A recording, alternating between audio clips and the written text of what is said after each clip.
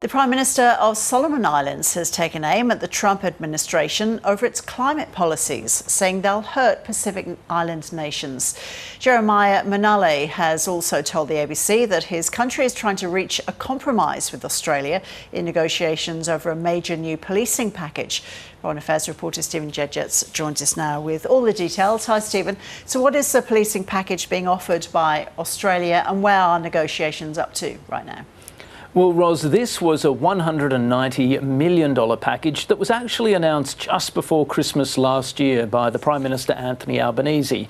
What is it? Well, it's a pretty sweeping package that will basically see Solomon Islands being given the money that it needs to really seriously expand its police force. Its Prime Minister has said he wants to potentially double or even triple the number of police officers on the ground, as well as setting up a new training centre in Honiara, the capital. And of course, Ros, this comes against the backdrop of persistent unrest in Solomon Islands over the last couple of decades, which has seen Australian troops and Australian police officers come in multiple times to restore order. Now, what's happening at the moment is that both Australia and Solomon Islands officials are negotiating an MOU to implement this agreement that was announced last year.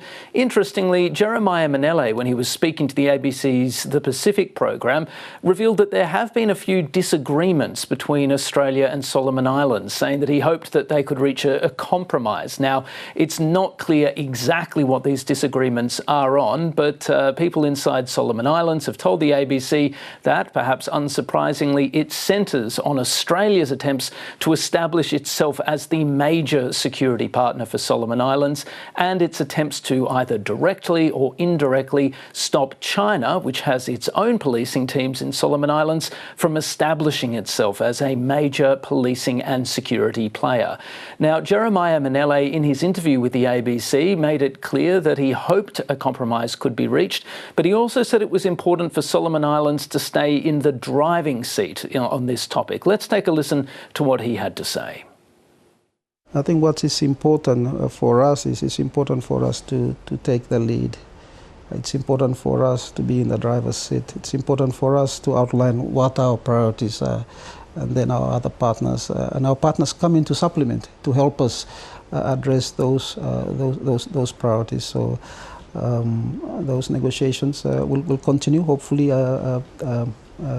we'll come to some compromise in terms of there could be one or two differences in terms of language in the MOU. I hope we'll find some compromise in terms of language and conclude those negotiations. But caucus and cabinet will have the final say as far as our side is concerned. And Stephen, what's the Prime Minister had to say about the new US administration's climate and aid policies? Well, perhaps unsurprisingly, Ros, the Prime Minister has been pretty cutting about the Trump administration's moves, in particular on climate change. Of course, the new president has made it clear that for him, climate change is simply not a priority. He's withdrawn the US out of the Paris Agreement and has vowed to unleash US oil and gas. Now, this is causing enormous uncertainty and angst across the Pacific, as well as in other parts of the world. But those anxieties are particularly acute in the Pacific, which remains deeply vulnerable to climate change. And Jeremiah Manale said in his interview with the ABC that it was a regrettable move from the US that would have a negative effect not just on cutting climate change, but that it would also potentially stifle climate finance options for countries across the globe. The other thing, of course, Ros, is the fact that Trump has taken an axe to US aid programs, including in the Pacific, with more than 80% of all programs slated to be abolished. Now, that isn't a huge problem comparatively in the Pacific because the US isn't a major player, but it does mean that some valuable programs are under threat. And in Solomon Islands, and there is an irony to this, one of the things that could be threatened are programs funded by the US that see unexploded ordnance or bombs from World War II being picked up and diffused in order to make sure they don't explode and hurt innocent people in that country. So Jeremiah Manale says he might turn to Australia, New Zealand and Japan, to countries that already fund other programs to defuse this ordnance for help. But it is a worry for his country as it tries to grapple with this problem from some 6-7 decades ago.